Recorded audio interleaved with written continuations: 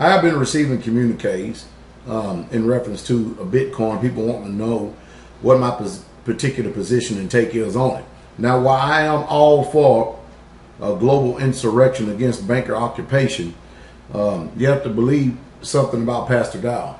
I'm not the type of person that just rationally discards any new movement or truth coming out simply because I personally do not understand it. I believe in doing my due diligence and educating my own self rather than being trained and manipulated by the masses of the people who I've learned, according to history, that always goes down into the toboggan slide of hell and into utter chaotic destruction. Now, what I can tell about Bitcoins is that it hasn't been out long enough, but there's one thing I've learned from history is this. Tangible assets is what I've always preached and taught. Physical, gold and silver, in your hands. It's always been the best form of money that there is. I do not understand about this cashless money right here, and especially this cashless society. You know, I do know one thing, that the global insurrection against the banker occupation is sick and tired of the devaluation of currency that is going on within the time that we're living in right now, because we can quickly see that our dollar does not have the same purchasing power as it once did years ago, and that we are losing our wealth as well as our health in this particular country.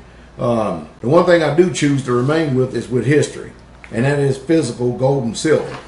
Physical gold and silver. You know, Bitcoins does not have enough historical information behind it, and has not been out long enough for you to actually step out on the water and to invest in this particular type of currency. And it's not even currency, it's actually electronic within itself. Now, I have viewed a few videos here on YouTube looking at both pro and con, positive as well as negative.